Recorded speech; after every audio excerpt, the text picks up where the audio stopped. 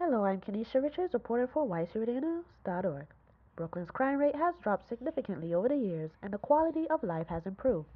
As Brooklyn becomes a popular place to live, it has also become the most populous of New York City's 5 boroughs. With an increase in residents, crimes are expected. Brownsville is one of Brooklyn's most dangerous neighborhoods, and although crime has decreased, improvements are still needed in this community. The City Police Department reports crimes have decreased from 8,243 in the year 1990 to 54 in the year 2013. Robberies are the most reported crimes in Brownsville.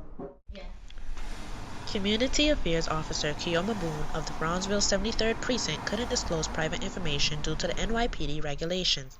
However, Boone did say that crimes in Brownsville is starting to decrease, but shootings are still occurring in the neighborhood.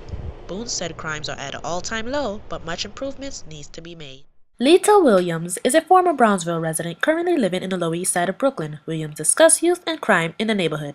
We have problems with the police, more of a brutality. So most of the time they're in the street, basically bored, not doing nothing. So when you have a bunch of individuals that's bored and not do anything, what's going to happen? They're going to start having crimes. There's going to be more shootouts.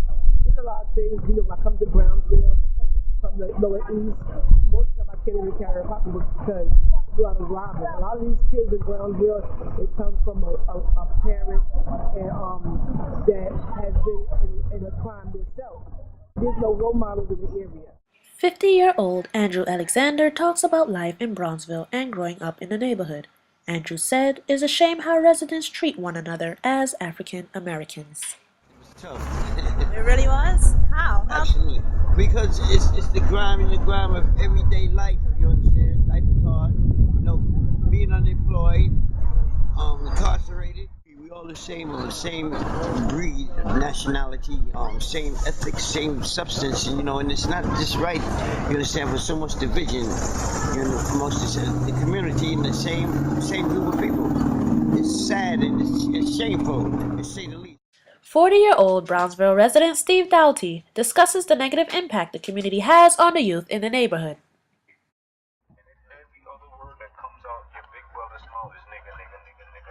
That's what you're gonna be saying when you're on the street. Yeah. And then if he's dressed with his pants all the way down his ankles, then you would want to emulate him too.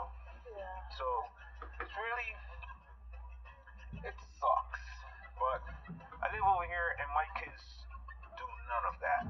Yeah. Because that's not how I raised them. Yeah.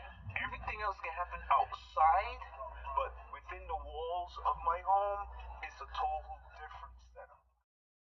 30-year-old basketball coach and Brownsville resident J.C. Cavling shares his goals for improving the life of many young men in the neighborhood. Cavling talks about a basketball and tutoring program being held at St. Francis College in Brooklyn. Okay, so continue to talk about it. How many guys do you have in the program so far? Well, on my team is 12 kids. What? And I have 3 other teams, so it's a total of 36 kids that we're offering this to from Brownsville.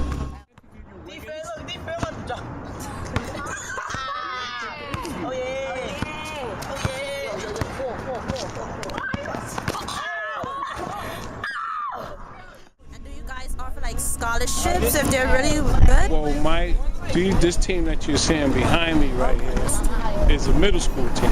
Okay.